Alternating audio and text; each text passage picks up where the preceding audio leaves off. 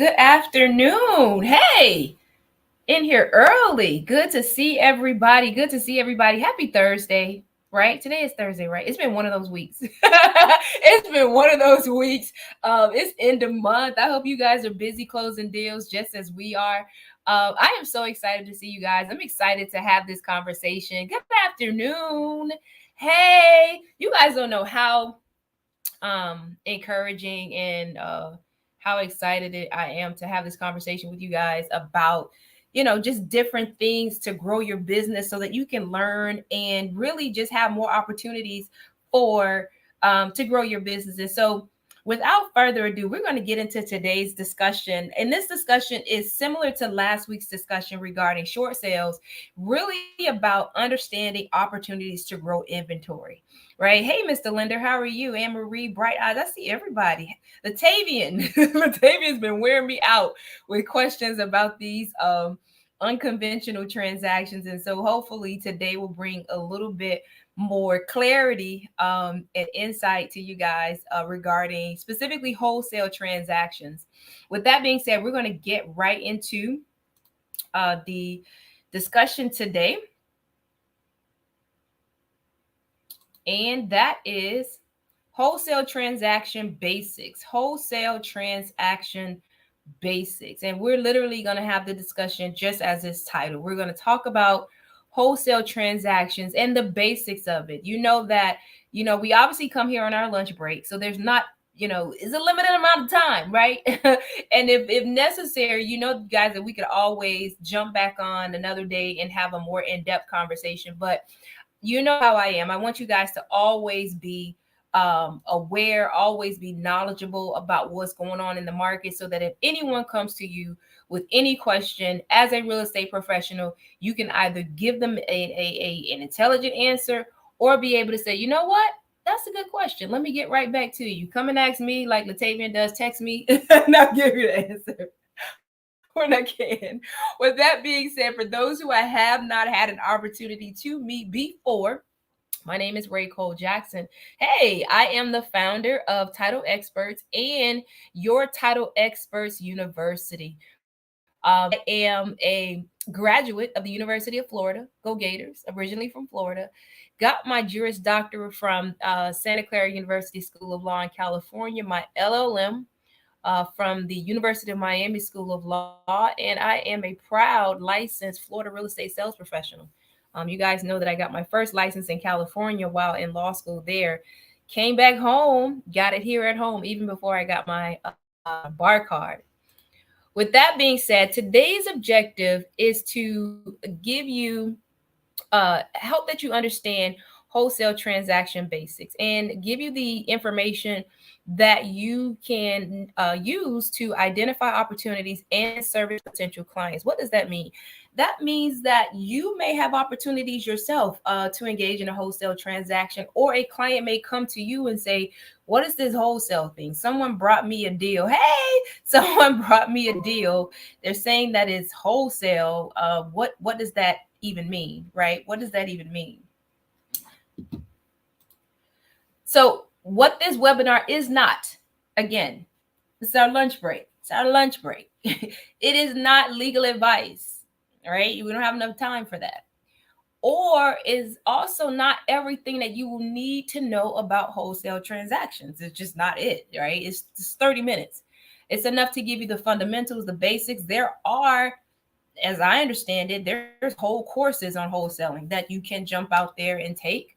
And you can also learn by doing. That's what I did. I mean, I'll be perfectly honest with you. When I first joined a brokerage, I didn't even realize like that's 99% of what they did. I was like, oh, yeah, I thought we were doing traditional sales. No, we are wholesalers. I was like, and wholesaling is what we did. Hey, Marshall. So as a general matter, what is wholesale? The basic definition. So where do they get this term wholesale from? The basic definition of wholesale is to sell something at a discount price, usually for resale at retail price. Wholesale is to sell something at a discount price, usually for resale at retail price. So that is the basic definition of wholesale. What is a wholesale transaction? A wholesale transaction is when a property is contracted for sale at below market price and resold at a higher near retail price, right? You get a property under contract for below market price and it's resold at a higher near retail price. That's a wholesale transaction. So let's use this hypothetical to hopefully bring clarity at the start of our call of what this looks like. Wholesaler Tina executes a contract for purchase of a property for $100,000. Tina sells her contractual right to purchase the property to investor Debbie for $50,000. Investor Debbie's total purchase price is $150,000, right? Because at the closing on that transaction, $100,000 is going to go to the property owner. $50,000 is going to go to wholesale Tina. And the property is going to go to investor Debbie.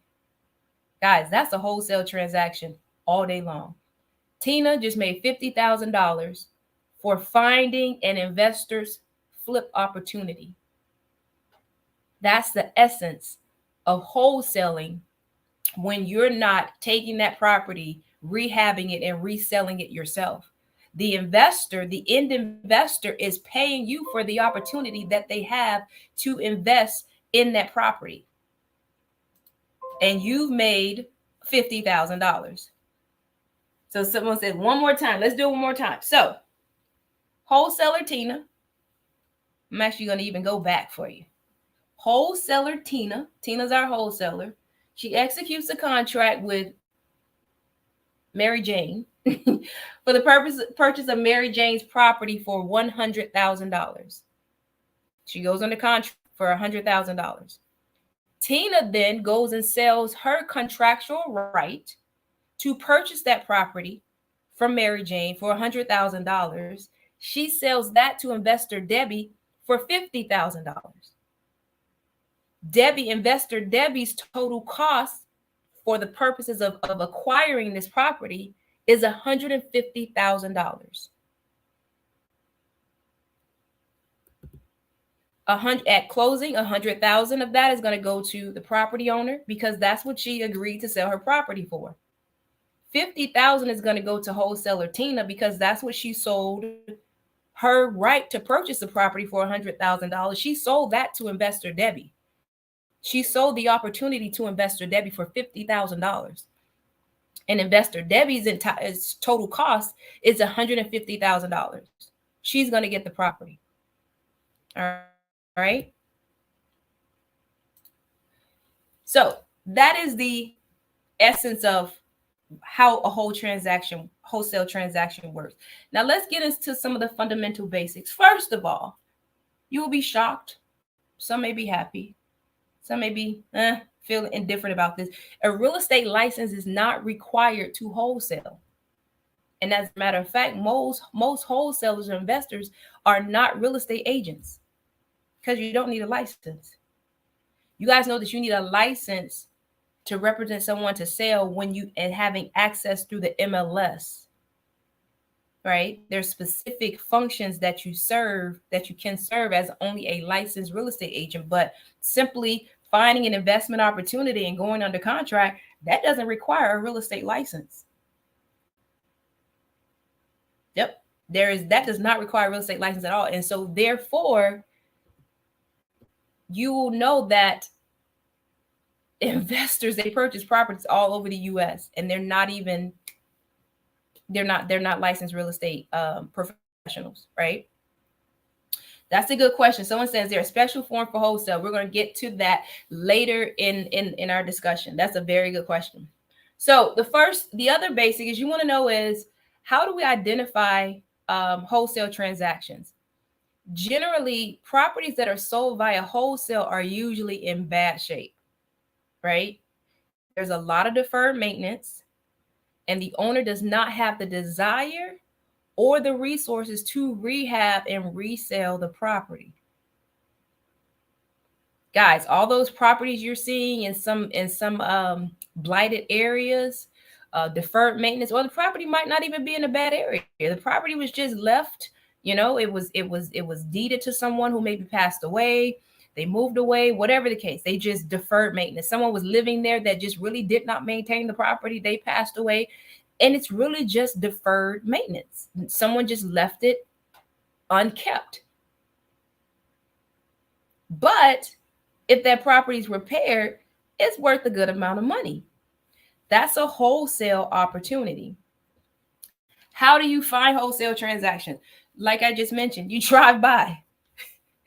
You drive by a community and you're like, man, that property looks vacant. That property looks like, there's like 50 newspapers out there, grass is overgrown. No one lives there. No one lives. Look at all the mail. Like this mail is wet and dried 10 times. No one lives here. Something's going on with that property. You need to get on public records and find out what opportunity is there for you. Are you going to list it and sell it? Are you going to wholesale it? Was absentee owners, properties look vacant? That's something's going on with that property. So drive by. Propstream is another one you've probably heard of before as well. If you go on their website, propstream.com, it is a very commonly used site for leads that wholesalers utilize. And they utilize this site when they're doing like wholesaling on sites, right? They have virtual assistants that are dialing for them nationally. Like some people do wholesaling on a very, very, very high level. They have a whole team that are dialing and finding opportunities in other states, little small pockets in states where they know that there's not really boots on the ground. You can do this without even seeing your property. I've worked with someone who wholesale properties. They never even put feet on the ground. They found the property. They sent a runner to the property, give them a quick assessment of the property. They put the property under contract, made their money, and they were gone. They never stepped 2 feet in the state using Propstream. And then also text blast. I don't know how many of you got text messages. Hey, your property there at 1234 Boulevard, someone wants to buy it. If you never, I get those text messages. I don't know if you've ever gotten them before, but text blasting is also a way that people find wholesale opportunities, and generally is tied to a lead source like Propstream, but that's how they're found.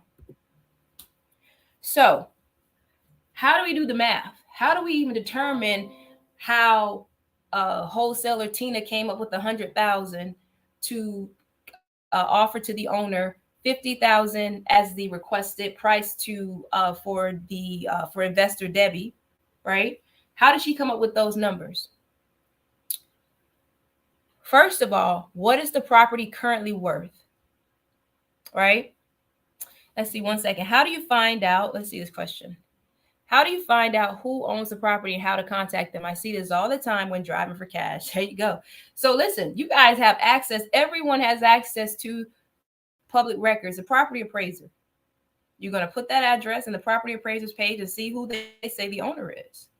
And then you can use whitepages.com. Sometimes you can just put in the person's name and it'll bring up their phone number. I've done this before. I've done this working with a realtor. She was trying to find the name of trying to contact information of an owner. She really, really, really wanted to list the property. Put their name in and do a couple little clicks. You go further down than page 1 and all of a sudden there's a person's phone number. And so that's how first of all, you're going to go to the public records to find their name. And then you start using your resources to find their phone number. That's a very good question. So going back to the wholesale transaction math, what is the property currently worth? Because this is going to guide the offer made to the owners. This is going to guide the offer made to the owners, right?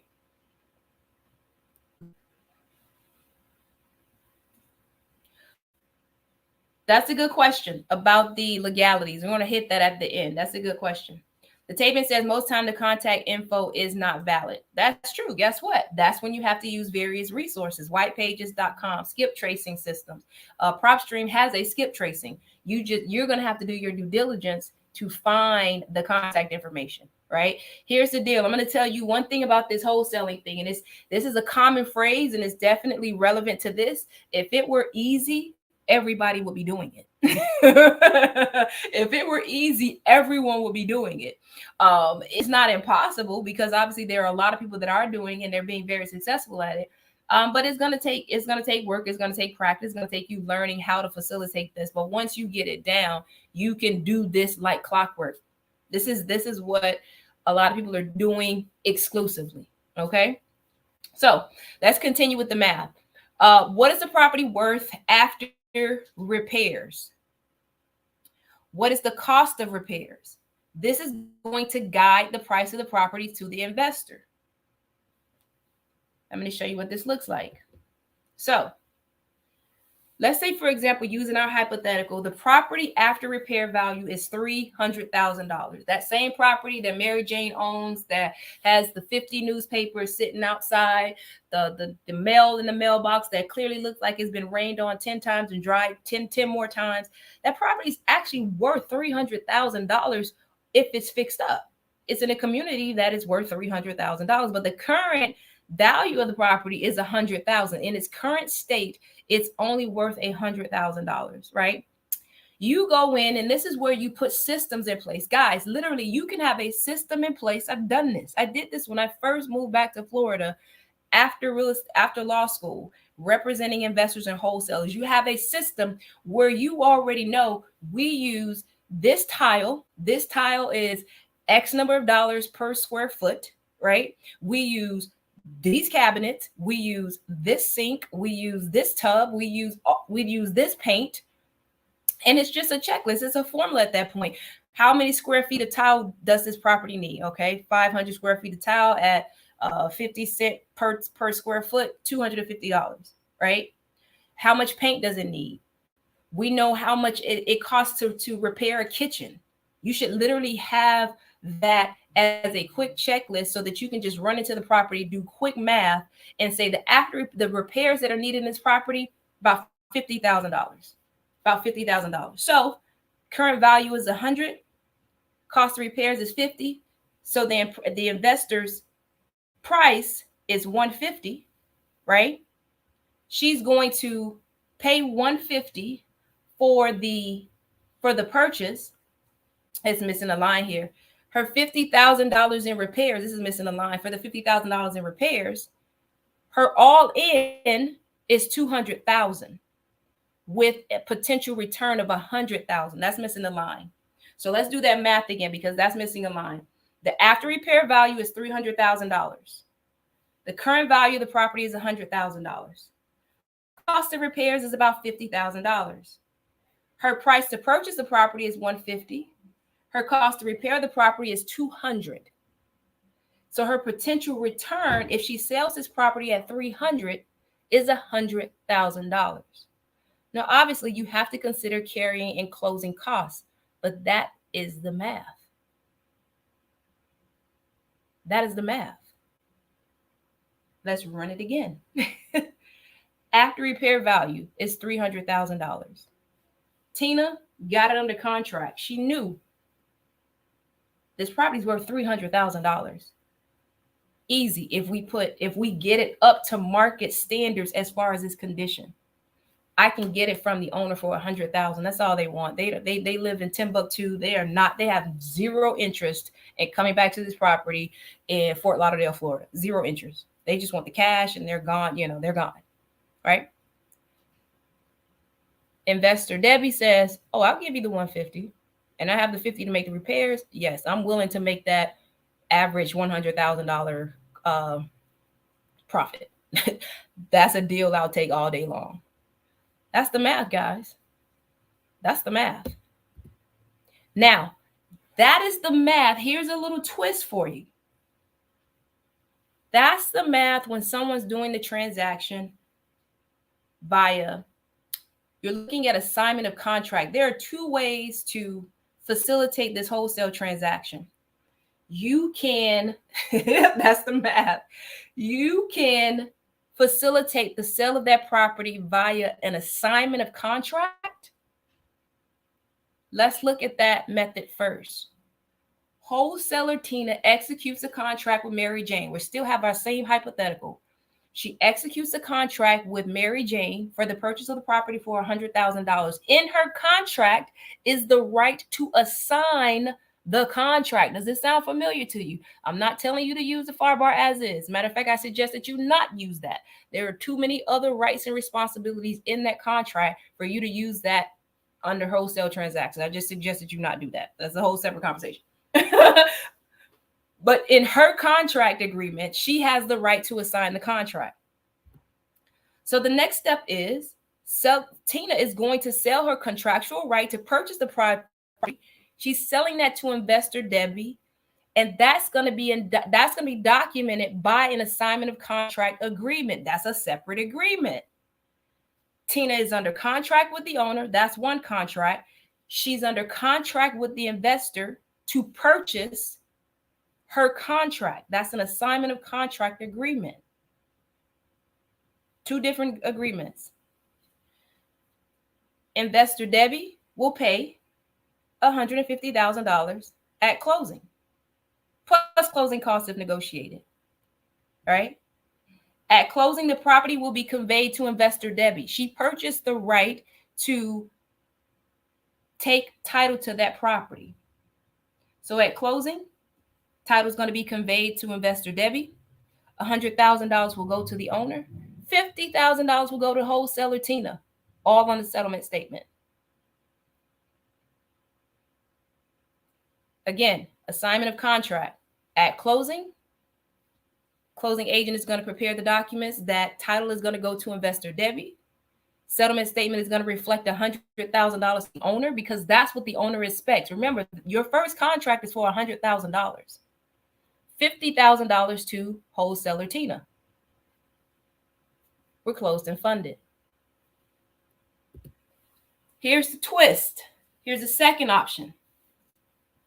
I know you're going to say, when do we use which one? Let's just talk about the second option first. The second option is wholesaler Tina. She still executes her contract with the owner for purchase of the property for $100,000. She can still maintain her right to assign the contract. You should keep that. Better to have it and not need it than to need it and not have it. However, she is going to also execute a contract for the sale of the property to investor Debbie for $150,000. Investor Debbie is made aware that Tina does not currently own the property. She's aware that Tina is under contract to purchase the property, and that once Tina closes on her purchase, she will then convey to investor Debbie. Is that clear? That is two separate contracts. The first example was a contract with an assignment agreement. This second is two separate contracts. The first one, Tina's under contract with Mary Jane. The second one, Tina's under contract with Debbie. Two separate contracts. At closing, wholesaler Tina will first close on her purchase with Mary Jane. She's going to conduct, this is where you get that double closing, simultaneous closing concept from.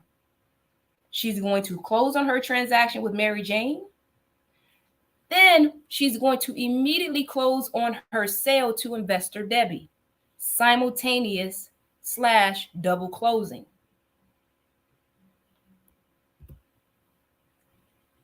Here's what must be clear in that regard. Wholesaler Tina must fund her purchase. This is where title agent ethics requirements with our underwriter come into play.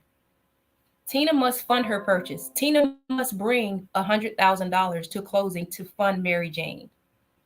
Then investor Debbie will fund her purchase. She will bring $150,000 to closing to fund her purchase from Tina.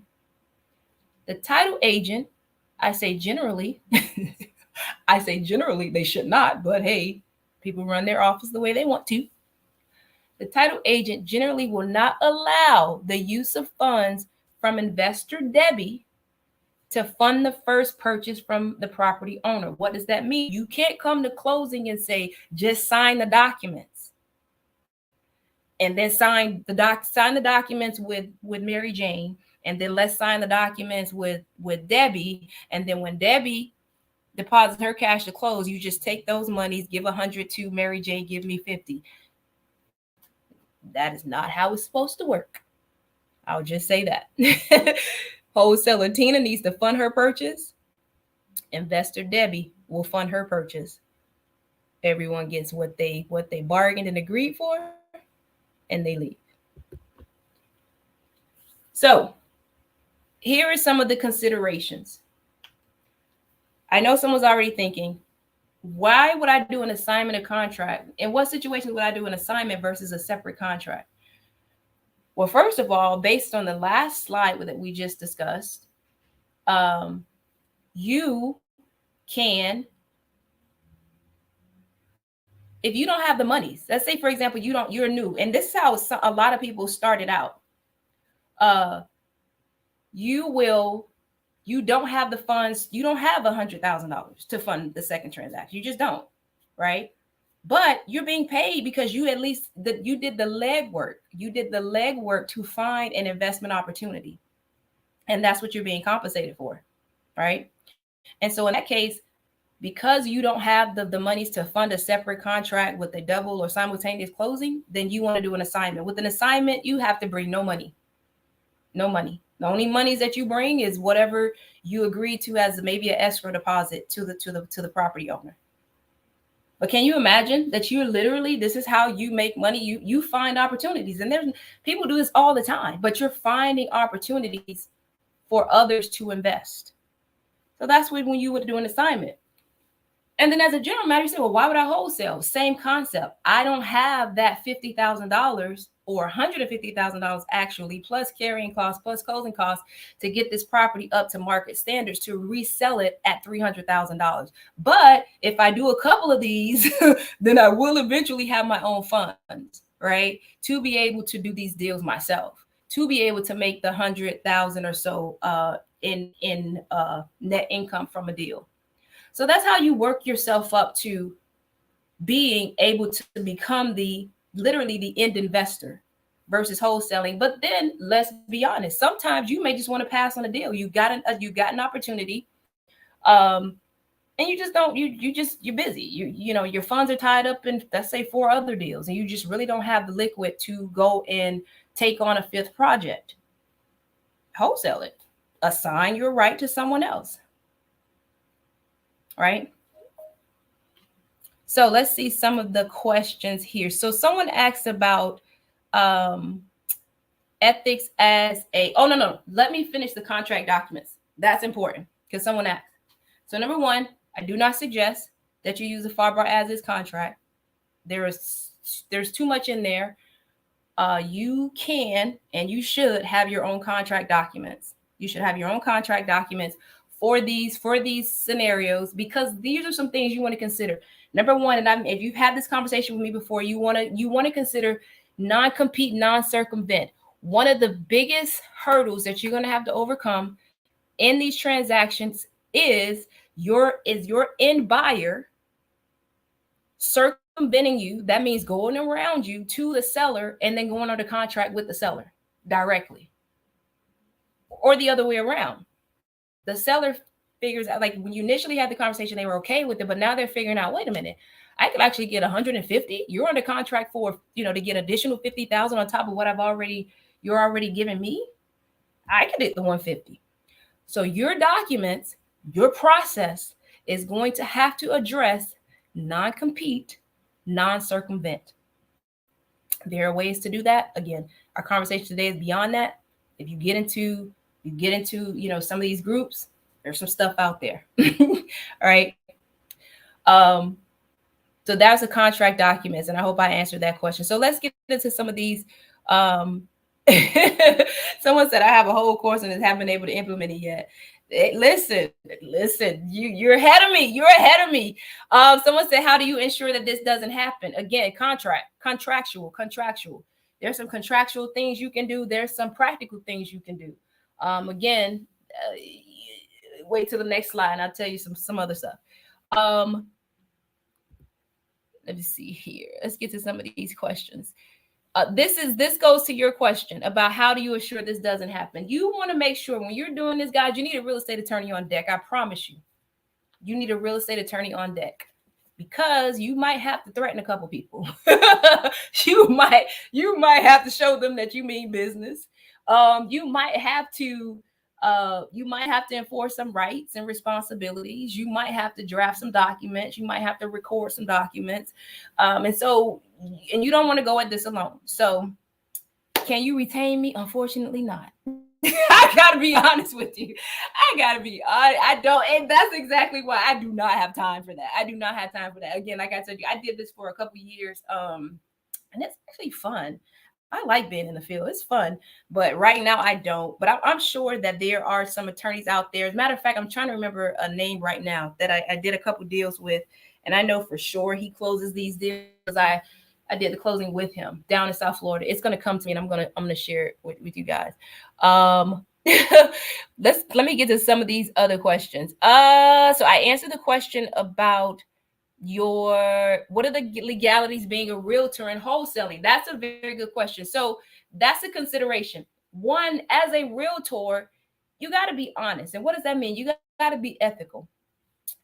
Mary Jane selling her property as $100,000. There's nothing wrong with that. That's what it's worth to her. She wants a quick sale. There are sellers selling right now at quote unquote below market, not severely below market. They could hold out and get more, but they want to sell, right? What you cannot do is be dishonest. If you know something to be a fact, if they ask you something and you know you intentionally give them a dishonest answer, you know it when you see it. If you feel in your gut like, I probably shouldn't say that, then you should not say it. But outside of that, you can absolutely be a realtor and facilitate wholesale transactions. Henry suggested Fast People Search, that's free, and People Finder is paid. If you see that, you guys see that in the chat. Wholesale property is a hot concept. You have to put in the work. Yes, you do. Shane the House guy said investor-friendly title companies do close and escrow. All right, you can share some of those investor-friendly. But again, like I said, just be mindful of what that should look like. I'm going to tell you guys something right now. If it sounds like a duck, quack, looks like a duck, it's a duck. So I'm just leave that there. Don't try and be too creative. There's ways to just do it right up the middle versus risking something and having to be concerned about whether or not you did it right. Even if you have the funds, why would you fund? Assignment sounds easier. What's the value doing it without using my own money? I hope I answered that question for you. If you do have the funds, remember I talked about if you do have the funds, you can decide you can't take another rehab deal, and then you're going to sell that opportunity to someone else. I want you guys to look at this as you are selling to someone an opportunity. You're selling to them an opportunity to flip a property, right? What else we got here? Coming around the bend. Where do you get an assignment of contract? Yes, you should get with an attorney. There's some floating out there, but you should definitely get with an attorney to confirm that yours is sufficient. What else we got here? No, I do not have time for that.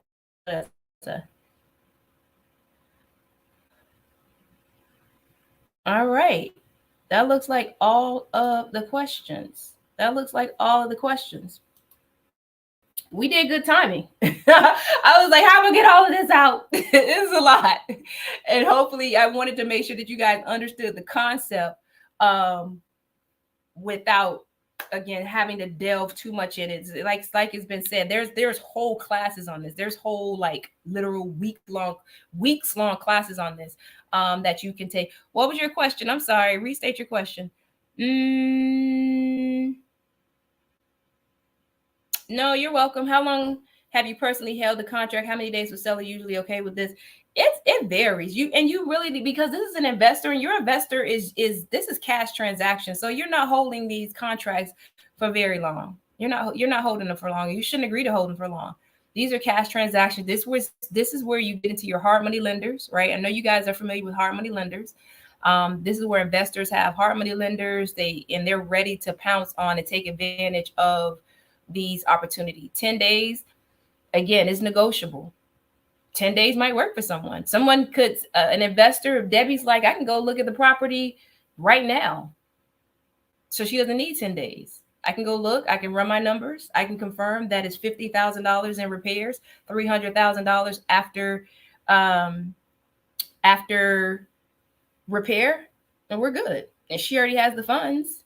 From there, we go to closing, right? If there's any, making sure there's no title issues. So if title is ready, so you do have to take that into consideration. But outside of that, again, it's just as long or short as necessary as according to what the parties agree to. All right. All right, guys. So in closing, I always love to leave you guys with a thought for the week until we see each other again. I just want to leave you with this quick quote.